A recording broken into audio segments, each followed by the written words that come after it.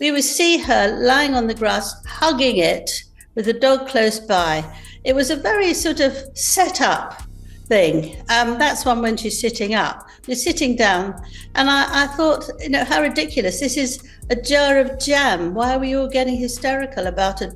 Let's turn to royal news now. Prince Harry is reportedly going to offer an invite to the royal family for the 2027 Invictus Games, which could see a long-awaited reunion for the Duke of Sussex and his family. Oh, honey, buckle up, because Prince Harry is back in the headlines again. And this time, he's not being showered in royal glory. No. This time, the Duke of Drama is reportedly losing it behind those Montecito mansion walls. Picture him pacing in his barefoot Birkenstocks, muttering, "How dare she?" under his breath, like he's in some royal soap opera. And the she in question, none other than Angela Levin, the royal biographer who came ready to set the studio on fire. She absolutely torched him live on air, and I'm talking scorched earth, baby. The kind of roast that makes you feel secondhand heat through your screen. Actually continued to do that without any gratitude. There was no gratitude. Meghan wouldn't be known for anything.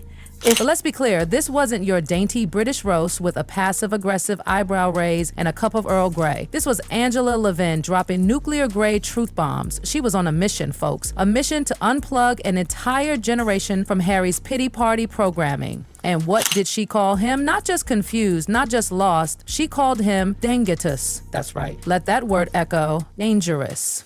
Just as Prince Harry and Meghan, the self-titled Duke and Duchess of Woke, were preparing to unleash their latest Netflix masterpiece, thinking everything was peachy in their curated pastel bubble, boom, Angela took the mic. Live on air, flanked by fierce Brits like journalist Nina Mishkov. These women don't do hand-holding or sugarcoating. They came armed with receipts and ready to spill every last drop of tea. And baby, it was scalding. So they could come and present a more woke upward market. Angela didn't ease into it. She came out swinging. She said, Prince Harry has turned therapy into a public performance. Not healing, not growth, not even awareness. A performance, as if he's standing on stage, mic in one hand, a copy of Spare in the other, waiting for a round of applause every time he utters the word trauma. Oh, but sis didn't stop there. She tore straight into the root of it all, saying Harry is teaching young people the worst way to deal with pain. Forget coping, forget learning, forget growing. Nope. His formula is broadcast your pain, blame literally everyone else, and wait for that Netflix direct deposit to hit. Angela says this isn't just occasional victim talk. No, Harry has cannonballed into the pool of poor me and built an entire streaming franchise around it. From Oprah to Spare to that 6-part Netflix special, he's basically made emotional breakdowns his personal brand. And Nina Mishkov? Oh, she wasn't just nodding, she was vibing. At one point she said, they're not massively popular in the UK or the US, and it's not because people don't get them, it's because people do. Angela went on to say that Harry's entire public identity is now built on scorched earth tactics, burning bridges and somehow expecting a pat on the back like betrayal is bravery. Mic drop. To real-life working mums. Those women out there who sacrifice it all, day in, day out, against all the odds. And that wasn't even the harshest part. Oh no, Angela brought out the big guns when she said Harry has glamorized ditching royal duty. His departure wasn't just personal, it was a public billboard that screamed, loyalty is for suckers. Follow your feelings instead. All while living in a $14 million, 0-cent mansion and cashing checks from the very institution he claims victimized him. Angela's main concern?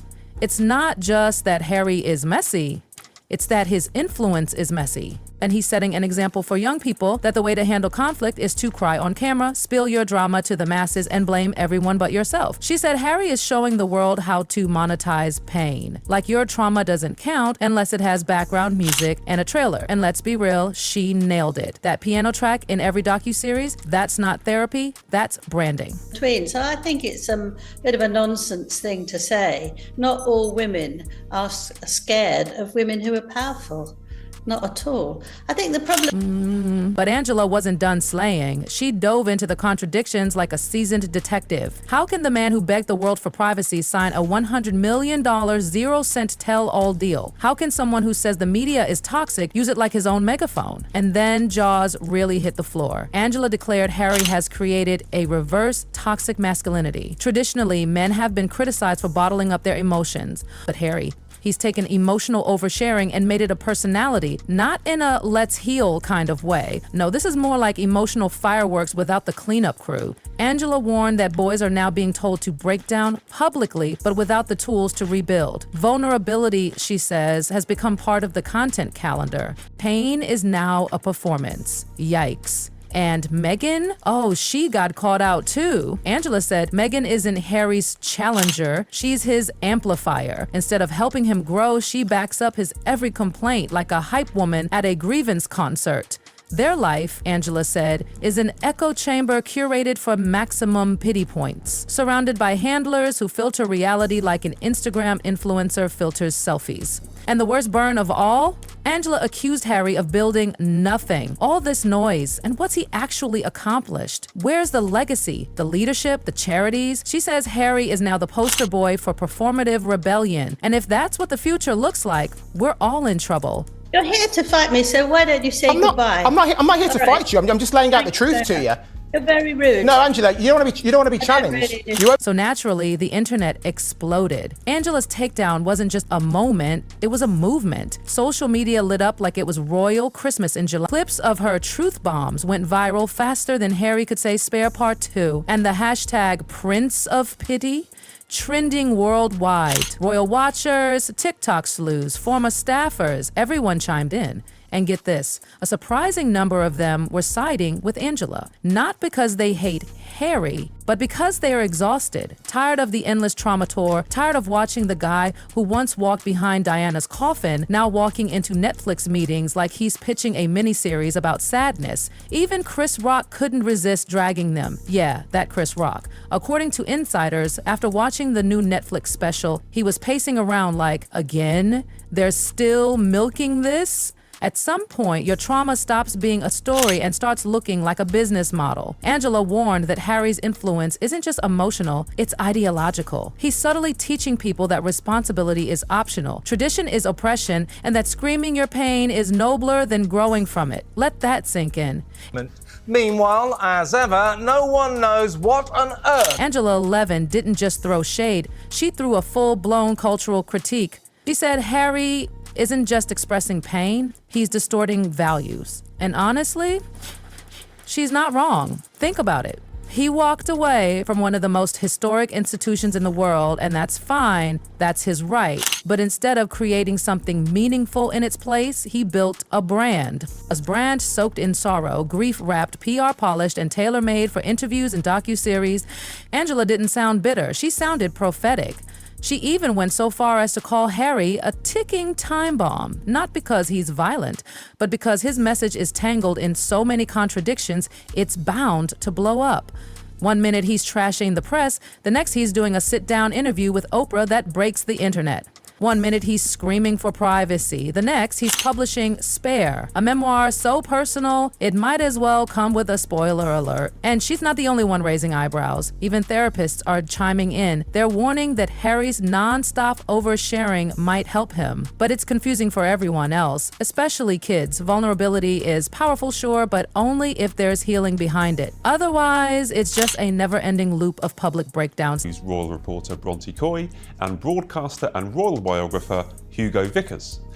Another week of family high drama. Now let's talk about what went down behind those Montecito Mansion walls after Angela's takedown aired. Word on the street is Harry was furious, not annoyed, furious. Sources say he felt betrayed, targeted, humiliated, and wanted to hit back publicly. But get this, even his own advisors told him to sit down and whoosh. Why? Because clapping back at a respected royal journalist would only make him look worse. It would prove Angela's point, that Harry can't handle criticism, that he only welcomes praise from people who nod and smile and validate every monologue. And Meghan? Oh, she was deeply hurt, sources say, not just by the roast, but because Angela dragged their love story into the spotlight. Let's keep it real.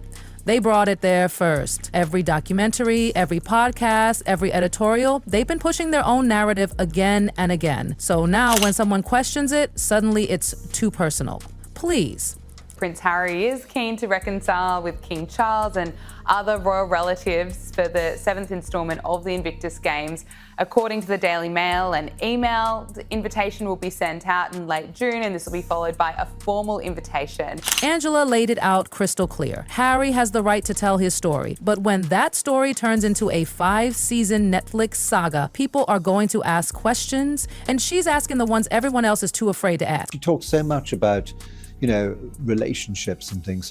So what now? According to Angela, and let's be honest, most of the internet, Prince Harry isn't leading a movement, he's leading a meltdown. And if he doesn't course correct soon, the empire he built on grievances is going to crumble under its own contradictions. Inside that Montecito fortress, the panic is real. Angela's verbal flamethrower didn't just light a fire, it burned through their whole PR script. Sources say Harry's team is in full crisis mode, scrambling to patch the leaks and repackage him again. As what now? An emotional freedom fighter? But people aren't buying it anymore. The contradictions are too loud. The $100 million 0 cents privacy seeker, the anti-media star, the rebel prince who still uses his title for every project. And behind the scenes, Hollywood's high society is reportedly pulling back. The celebrities who once toasted champagne at Sussex garden parties are now politely declining invites. One insider said, some stars are done being dragged into pity parties. That's not shade, that's a total eclipse. Even brands are backing off. Once, Harry and Meghan were the face of progressive change. Now,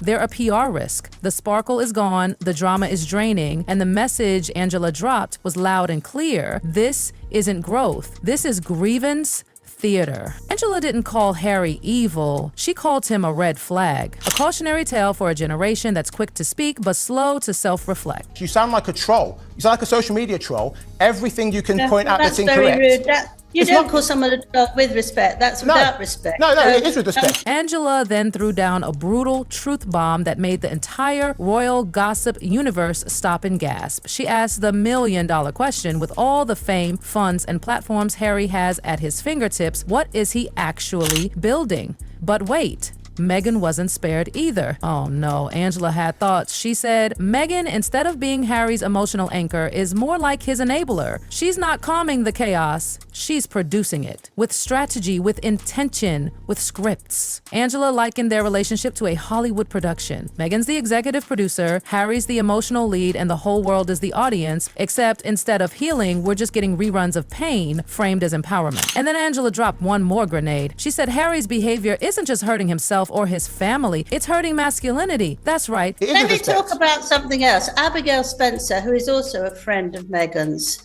she has given the 6th jar of jam, right? And Angela explained that while traditional masculinity was rightly criticized for being too cold, too stoic, what Harry's doing is the other extreme. Probably unchecked emotional chaos packaged for mass consumption. Because after the Oprah interview, the spare bombshells, the race allegations, and all the side eyes at Camilla and Charles, what did Harry expect? A group hug? Jar of jam. Who's hysterical about it? It's PR. She's trying to sell something. This is called advertising. I know what PR is. I know what PR is. Well, with respect, clearly you don't. You're saying it's so set up. It's a PR stunt. The palace is over it. They're not engaging because, as one royal insider said, if you talk to him in private, it ends up on a podcast. If you stay silent, you're accused of being heartless. It's a lose-lose game. So now, the royals are playing the long game. Let Harry talk. Let him drop docuseries after docuseries, because every time he opens the floodgates of grievances, the public sympathy meter dips lower and lower. And King Charles? According to palace whispers, he's done hoping. At a recent event, a guest reportedly asked him, half joking, "Do you think Harry will ever come home?" Charles paused, took a breath, and said, "There's no going back." Oof. Not harsh, just final. And really, that's the weight of all of this, because it's not just about Harry versus the royal family anymore. It's about credibility. It's about how long the public can tolerate the never-ending rinse and repeat sob stories before they finally just stop listening. And the press, they've got receipts. Well, my understanding is that palace sources feel the same way that I have felt over the last 20 hours since this 24 hours since this story broke, which is, gestures are leaked to the press before they're actually made. Angela's roast may have been the warning shot, but the tabloids? They're preparing to detonate. Multiple outlets are gathering inside scoops about failed deals, flaky events, mysteriously disappearing staffers, and all the brand partnerships that quietly fizzled. Because as long as Harry and Meghan keep painting themselves as righteous victims of the big bad institution, the establishment is going to respond with cold, hard facts. Where pain is no longer something to mend, it's a trophy to wave in front of your followers. Angela said it best. Healing doesn't require airtime, it requires discipline. And that's what's missing from Harry's story right now. Discipline, resolution, forward motion. Because instead of a redemption arc, we keep getting reruns, more finger pointing, more cryptic headlines, more PR crafted confessions that surprise just so happen to land right before a book release or docuseries drop. And now people are noticing, really noticing. Because if not, well, Angela already said it. He's not leading a revolution, he's leading a meltdown. And at this rate, there may not be anyone left watching the show by the time it ends.